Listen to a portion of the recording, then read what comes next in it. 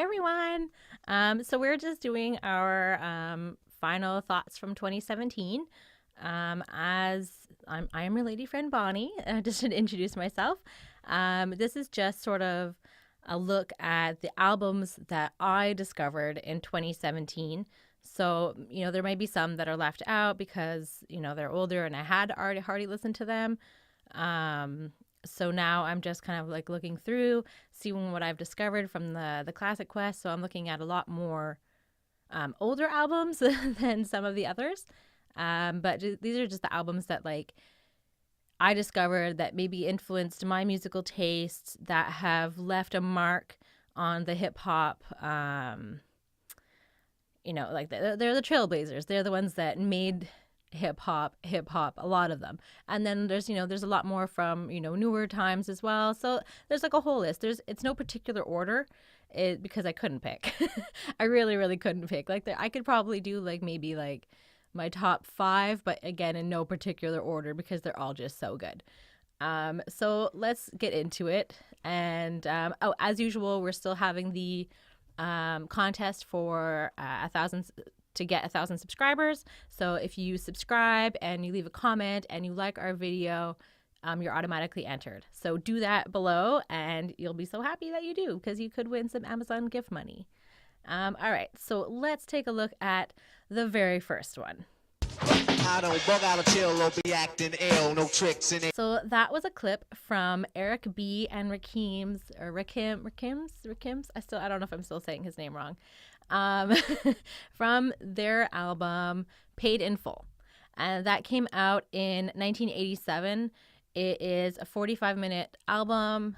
And then there's so much that's sampled, like from other people have sampled that album, have sampled those songs. Like they just leave like it's like they started it, like this. It came out so early on and it really left a lasting impression on so many artists.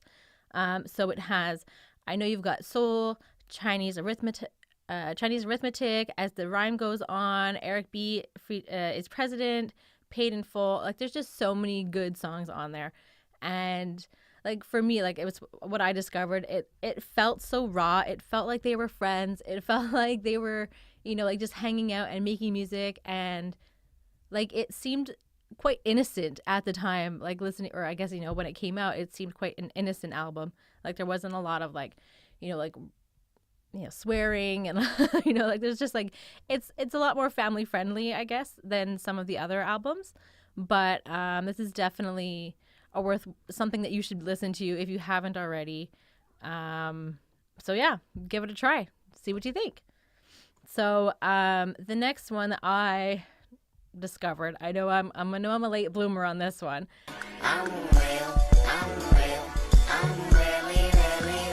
But it really led to a lot more great. It opened the door for him and all of his wonderful music. So that's what I thought. So I chose next Kendrick Lamar, Good Kid, Mad City from 2012.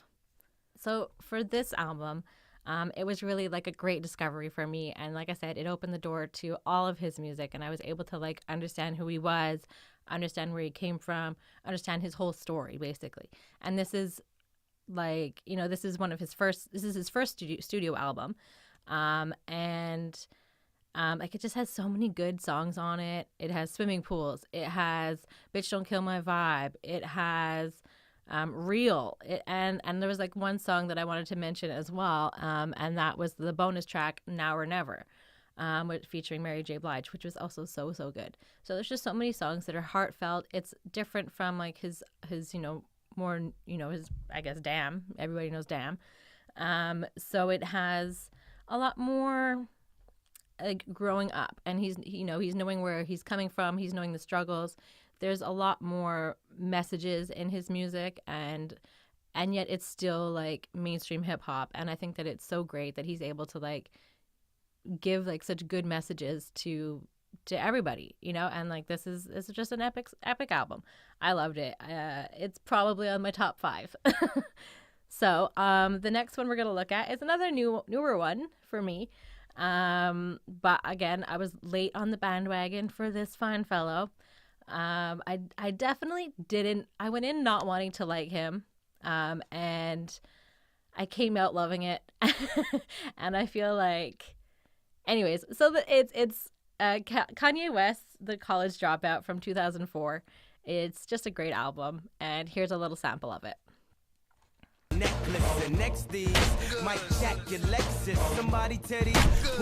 All right, so I mean, there's just so many good songs on this album. We've got Jesus Walks, which is probably my favorite one that's on there, and I love like those kind of like ones that have like a really strong message to them. So I like that. It has We Don't Care. It has All Fall Down. It has Spaceship. It has The New Workout Plan.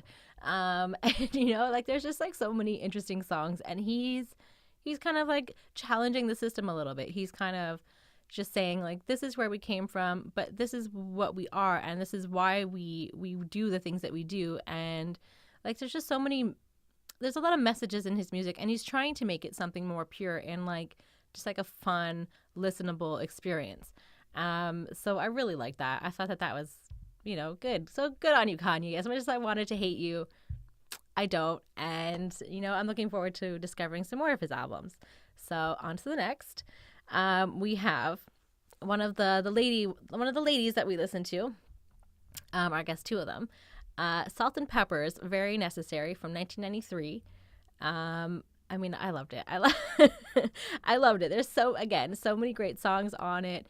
It's a lot of fun to listen to. It's very like uplifting girl music. Here, let's give you a sample. Take it. I can't do nothing, girl, without somebody bugging. I used to think that it was me, but yeah. So for this whole album, it's very much feminist. You can definitely say that they're feminists, that they are, they're struggling and they do their own thing and they don't give a fuck what anybody else thinks. They are going to do whatever they want, and they're going to have sex with whoever they want. And, the only person that can judge them is God. And that's what they say. And, I just thought it was so fun. I'm sad I haven't listened to this album, or I hadn't listened to it sooner. So I very much enjoyed this one.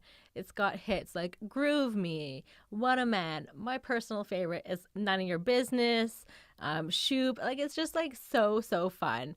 Like right the second you put this album on, you just want to like start dancing, because I think it starts off with like Groove Me, and it has that like Jamaican-y kind of feel to it, but there's like these messages that are mixed in, and they're just so good, so pure.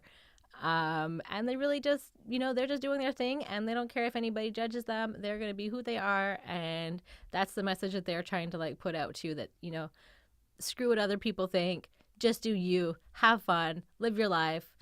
And that's it. Like, that's just what they're trying to say. And I think that they're epic, these two girls. So the next one, which again is probably in my like top 5 for like all the albums that I discovered in 2017, and it comes from 2017, and that would be The God Box by David Banner.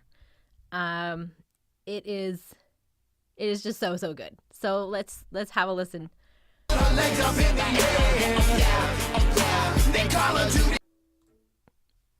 right. So this album, I'm sure you've heard so much about it already if you haven't already listened to it itself. It is worth the listen. There is hit after hit after hit on this album with such good messages. Such good messages. It's very relative to what's going on in the world today. It's incredibly produced. It's wonderful music. It has a hard-hitting message, in every one of his songs. Like David Banner, I didn't know who you were before, and now that I know who you are, like it's incredible. Like, he just does such a great song. Like, he just makes good songs. I mean, like, he's just so good. The album, there's hits after hits, and it is like Magnolia, My Uzi, which has like that beautiful cinematic bit at the end or whatever it is, and it's so good. So props to him for like just showing that he has like that diversity to him, that he can make hip hop, but he can make kind of like soundtracks to movies and stuff like that. That's just wonderful, and he's obviously multi-talented. Elvis, Amy, Judy Blair, Black Fist. Like, I mean, I've saved all these songs. I love them. I listen to them all the time. They're so good. And going back and listening to this album again for, like, you know, trying to discover which one was my favorites, it's just so good. It's and I guess I've been listening to it over and over again, you know, the last few weeks, and it's just been such a pleasure. And there's such good messages. And as a white person, there's a few songs where I'm kind of like, am I allowed to like sing along to the like these messages? And you know, like, this is clearly like an album for, you know, Black people and for, you know, people who are fighting for, you know, their rights and for their struggles. And like, he's the first Southern rapper that we're really looking at. And there's like such a different feel and like an anger about them, but like, it's so interesting. It's so wonderful. Definitely give it a listen if you haven't, but it's definitely up there on my top 10 list. All right, so the next one we're gonna give a listen to, it's Lauryn Hill, The Miseducation of Lauryn Hill from 1998. Lots of hits on this one. Let's give it a listen and see what we think. It's funny how money changes situation. Miscommunication lead to complication. Okay, so we have Miss Lauryn Hill, and she's great. I mean, and it's not that I didn't discover her prior to this. I mean, there were some songs that I had listened to, but definitely not the whole album. And there's just like some that I had just missed, or you know, like but they are great. It is a little bit. It does feel like a 90s album. Like, it definitely has that feel to it, but with a lot more soulfulness. And like, you know, she's very like mindful and meaningful of what she talks about, and that she's giving like this message. And it's, you know, she really has like a really positive message, and that, you know, it's just so good. So it's just interesting to hear like this young girl who is just kind of talking about the struggles of her life and about her people, and, you know, love, and about trying to figure things out, and what's the proper, you know, like the whole education like skits that are going throughout the whole album. It's very interesting. It's very like, she's trying to like relate to the next generation while still kind of being part of the next generation as well. So I really like that. I thought that was really an interesting idea for an album. So there are songs like Doo Wop, That Thing, X Factor, Everything is Everything. And it's just like, it's such a nice album to listen to. And then you get like a good piece of her soul just listening to this whole album, and like what it means, and like what she was going through, and how she was going to like accomplish the things that she had, you know, how she got there, how she was going to like move forward a little bit. You kind of, she's clearly a very smart woman. And so I really like that about her, and yet she's still so raw and true to who she is. So good for you, Lauryn Hill. You made my top 10 list, even though you may not be making music right now. You know, it is wonderful to give like a little nod to her and thank her for what she did. Yeah. So on to the next. This was one, maybe again, I think I was slow to know about these guys, and I think that there have been some controversial things that came out of us doing this album, of us reviewing it. So let's take a quick listen to Bone Thugs and Harmony, East 99, Eternal. All right, so East 1999 Revival. There's just so many good songs. So this is from 1999. It's a 68-minute album, and like, it's just so full of hits, and it's so interesting. Like, these guys look like they're you know, like thugs and whatever, but like they're so, I mean, but their harmony, right? Like their voices just flow together so well. They're just a lovely, it's like an interesting, like, I don't know, they sound like the street corner, like snapping guys from like the 50s, and yet with like a hood vibe to them. So it's a really interesting mix, and I'm really glad I discovered these guys. And there's so many songs that I love off of theirs, off of their album, and it's so much fun. So the songs that I really liked are Crept and We Came, The Crossroads, Me Killer, First of the Month, Mo Murder, Shots to the Double Glock. Like these are all those are all my personal favorites off of this album. I'm sure there's gonna be more as I listen to it again and again that I'm gonna really start getting like a vibe for them. And yeah, I think that they're great. I think that these are the kind of guys who like they sound like they're friends, like that they're working together, that they they have each other's back, and that they have the Eazy-E thing going for them, that they they care so much about him, and they lost him, and I think that I think it was him that discovered them, and like these guys are great, and they're still making music to this day, or some of them are. And it's, again, I think their evolution has changed a lot, but they are worth a listen. It's a really fun album. I know it sounds like it's very like gangster and whatever, but it's just, I don't know. There's like something, it's almost like a character thing that they're kind of playing, that they're playing up being like these tough guys, and yet they're singing with such purity, like at the same time. So I don't know. I really liked it. What do you think? Let me know. Okay, so on to the next real true legend. Here he is, Nas, Illmatic from 1994. Doing years in the hundreds, I switched my motto. Instead of saying fuck tomorrow, that. Okay, this album is just so good, so raw. Listening to it again was such a pleasure.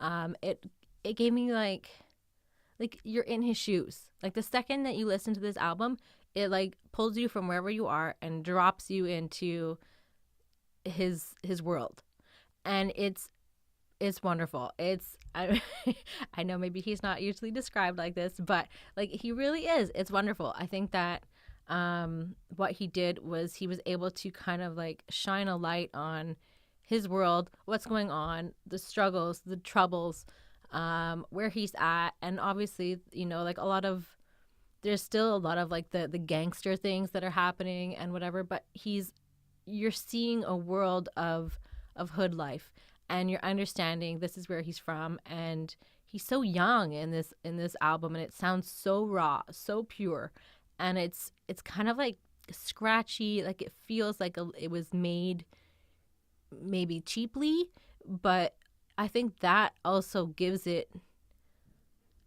like that personality, that gives it that charm, because it definitely anyways, whatever. So it was it was so good. So I'm just gonna say a few of my favorite songs off of the album. A New York State of Mind, Life's a Bitch, The World Is Yours, Represent, It Ain't Hard to Tell. Like these are all great songs. It's and it's not like a really long album. It's only 39 minutes and 51 seconds. So I mean, it's something, if you haven't listened to it, give it a listen. It's going to take you 40 minutes, and you're going to get something out of this that is so good, so pure, and so raw, and like unfiltered, and like this is who he is, and this is his life, and he just wants you to know what's going on, and that it definitely shines a light into like the poverty and like all the struggles that was going on at the time. And I think that it's definitely left a lot, like a lasting impression to most people that listen to it, I think. And yeah, definitely go listen to it, see what you think, let me know. So the next one is definitely someone that I fell in love with all over again, but definitely more, and I'm like I'm so into it now, and that would be the Notorious B.I.G., and we looked at the album Ready to Die from 1994. So let's give that one a listen to right now and see what we think. I'm in the limelight because I rhyme tight, trying to get paid, blow up like the world trade. What? All right, so the Notorious B.I.G., need I say more? Like he's just so good, or was so good. Rest in peace. He, like, his album, it just like draws you in. Like he has that certain something. Like he's sweet, he's nice, but he's a bad guy. But it's like he doesn't really want to be a bad guy. He just kind of got mixed up into this life. And I think that he really is just like probably a better guy than he probably comes across. And like he's very much like a mama's boy, and all this other stuff. And I think that he's a sweet guy. I thought, you know, as much as he comes across as like this big kind of intimidating guy, he's very sweet, he's very nice, and I'm just saying that like I know him. But anyways, I really liked it. I definitely, this is the first time I gave this album an entire listen. So anyways, yeah, this is right around before he died, I guess, when this one came out. So yeah, my favorite songs off of this one, Give Me the Loot, Machine Gun Funk, which was definitely like my song for like definitely like a month or so. It was definitely my favorite song. Ready to Die, Juicy, Big Papa, like it's just like not like nonstop like hits. And you definitely get like a message, like a, well, I don't know if his songs leave a message. They definitely, you know, he wants to make money, he wants to kill, and he wants to get the booty. And I think that it was also going through some like mental issues that he was going through as well, or just maybe just thoughts that he was having at the time. And I think that, you know, there's a lot of foreshadowing, like oddly enough, to the name of this album, to the songs on this album about, you know, where he wanted to kill himself, where he wanted to die. And then, you know, there's a song Ready to Die. And like, I don't know, like maybe he just knew that he was going to die not long after this. So maybe I think that a lot of these big like singers and rappers and famous people who end up dying, you know, before their time, I think that a lot of them kind of have like this kind of feeling that, you know, being in the spotlight and being out there and being known, and being able to like get the, like, you know, whatever messages that they need to get across. I think a lot of them know that things are gonna maybe end badly for them, or that they know that they're gonna end up dying. So I think maybe somewhere Biggie knew. But anyways, not that I'm saying that changed anything, but I think that it was an interesting kind of foreshadowing into his life and into his death. So okay, the very last album we're going to look at that I discovered of 2017 is Eminem's The Slim Shady LP from 1999. So let's give it a quick listen, and we'll move on from there. When I'm engaged and my daughter's down to her last diaper, it's got my ass hyper. I pray that God. So, okay, this final album on my top 10 list, it definitely... it's great. I don't know why I never listened to this album before. I do like Eminem. I couldn't put the Marshall Mathers LP just because I had already listened to it. I owned it. I listened to it a whole bunch when I was like 12 years old or something. But yeah, I definitely discovered this album. I already knew some of the songs on it, but just listening to the whole thing, and it's like the start of Eminem. It's like it's not the true start, but it's the first studio album with Dr. Dre. So it came out in 1999. It's just so full of hits.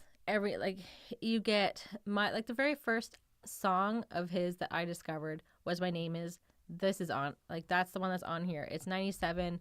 Bonnie and Clyde is Guilty Conscience with Dr. Dre. It's Brain Damage, Come On Everybody. My Fault, which is just an interesting story. Like, it's sort of like all like the trouble and kind of like telling you about his life and where he's at now, and how he grew up into becoming this person that he is at that moment. And so there's a lot of, he's definitely learning a lot. Eminem's learning a lot, like at the point that this album was coming out, about like what to do and like kind of like what not to do and like what to touch on. And like he's just so like hardcore, and I can see why he upset people, or like people thought he was crazy, and like, but you know, he talks about it and like all these like little things that make him who he is, and the troublesome boy that he was. And you know, and it's just interesting seeing how he's grown into like such a man, such an angry and protesting kind of a man at this point, you know, where we're looking at his new stuff and we're seeing like a whole different side of him. And so this like was very raw. It was very, you know, Haley was just a little baby at this point when this album came out, and now she's a woman. So it's very interesting seeing like, you know, his drugs and his alcohol and like his thought process and what he was thinking about back then and where he came from. And it was It was a lot of fun. It was definitely a lot of fun, this album. I enjoyed it so much. Again, this would be in my like top 5.